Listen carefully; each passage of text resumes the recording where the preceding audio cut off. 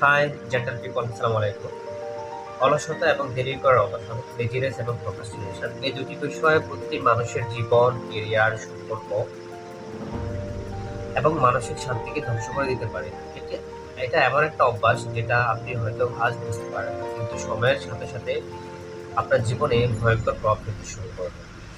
7টি বিষয় নিয়ে কথা বলবো। প্রথমে যদি বলি আপনার সময় নষ্ট। এই অলসতা বা দেরি করার অভ্যাসের কারণে আপনার জীবনে গুরুত্বপূর্ণ সময়গুলো নষ্ট হয়ে যায়, যার আপনি কখনো ফেরত পাবেন না। সময় আপনার জীবনের সবচেয়ে বড় সম্পদ, গুরুত্বপূর্ণ মহামূল্যবান সম্পদ। এই অলসতা আপনার সময়কে নীরবে ধ্বংস করে ফেলে বা নীরবে গিলে ফেলে। এর ভয়ঙ্কর প্রভাব 5 থেকে 10 বছর পর নিজেকে অনেক পিছিয়ে পড়া আপনার মনে হবে, যখন অন্যরা আপনার থেকে অনেক দূরে এগিয়ে যাবে। তখন আপনি ভাববেন, উনি তো আমার থেকে অনেক পিছিয়ে ছিল, কিছু জানতো না, কথা বলতে পারতো না, কোনো কাজ করতে পারতো না, এত।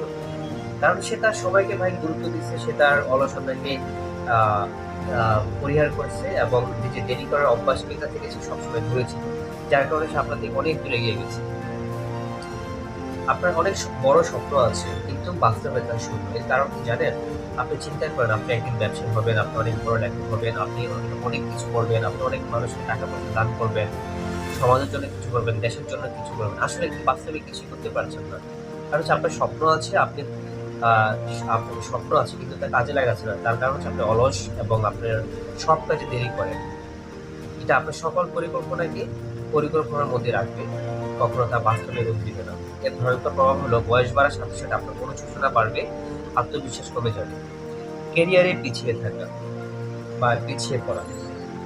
যারা সময় মতো কাজ করে তারা প্রমোশন পায়, তারা সকল সুযোগ কাজে লাগাতে পারে, তারা তাদের ক্লায়েন্ট, ব্যবসা, মানে চাকরিতে সব কিছুতে তারা সফলতা অর্জন করে, তারা সবার আস্থা অর্জন করতে পারে, তারা সব কিছু পায়।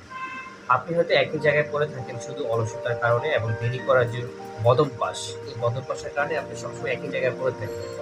আপনি আজকে কোথায় আছেন তা আপনি অতীতকে কিভাবে আপনি কাজে লাগিয়েছেন, অতীতের সময়কে কিভাবে কাজে লেগেছেন তা নির্ভর করছে আজকে আপনি কোথায় আছেন। এর ভয়ঙ্কর প্রভাব হলো আপনার বস, সহকর্মী বা আপনার আত্মীয় স্বজন, বন্ধুদের কাছে আপনার অবিশ্বস্ত বা অযোগ্য হিসাবে নিজেকে প্রমাণ করা। আপনার এই মানসিক চাপ তৈরি করা, অলসতা এবং দেরি করার যে বদভ্যাস, সেটা আপনার জীবনে মানসিক চাপ তৈরি করবে।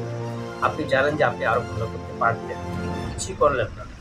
এই বোধ, এটা এমন একটা অস্ত্র, এই যে মানসিক চাপ, এটা এমন একটা অস্ত্র যা আপনার জীবনকে শুধু যন্ত্রণা, কষ্ট এবং দুঃখ কষ্টের মধ্যে রাখে আপনাকে। এর ভয়ঙ্কর প্রভাব হলো আপনার আত্মবিশ্বাস নষ্ট হয়ে যায়, আপনার মধ্যে হতাশা বাড়ে, কখনো কখনো আপনার বিষণ্ণতা পর্যন্ত হতে পারে, আপনার জীবনে শুধু যন্ত্রণায় নেমে আসবে তার কারণে। আপনি এই অলসতা এবং দেরি করার কারণে আপনার চরিত্র ভাই গঠন হবে না, শুনে রাখবেন ভাই। আপনার চরিত্র গঠন করতে আপনাকে অলসতা, দেরি করা অভ্যাস সবগুলো পরিহার করতে হবে। আপনার সাফল্য মানে শুধু টাকা পয়সা নয়, বরং শৃঙ্খলা, অধ্যবসায়, ধৈর্য, একাগ্রতা, এই সবগুলো নিয়েই আপনার চরিত্র। হ্যাঁ, এর ভয়ঙ্কর প্রভাব হলো আপনার চরিত্র গঠন যখন ব্যর্থ হবে, এর ভয়ঙ্কর প্রভাব হলো আপনি অন্যদের চোখে অলস, অবিশ্বাসযোগ্য, অপরিণত হিসেবে পরিচিত পাবেন। হ্যাঁ, সুযোগ হারানো। জীবন মাঝে মাঝে দরজা খুলে নতুন কাজ, সম্পর্কে, ব্যবসা, কিন্তু অলসতা ও দেরি করার কারণে আপনি সেই দরজা পৌঁছাতে পারবেন না। এর ভয়ঙ্কর প্রভাব হলো জীবন গেম চেঞ্জিং সুযোগগুলো মিস হয়ে যায়।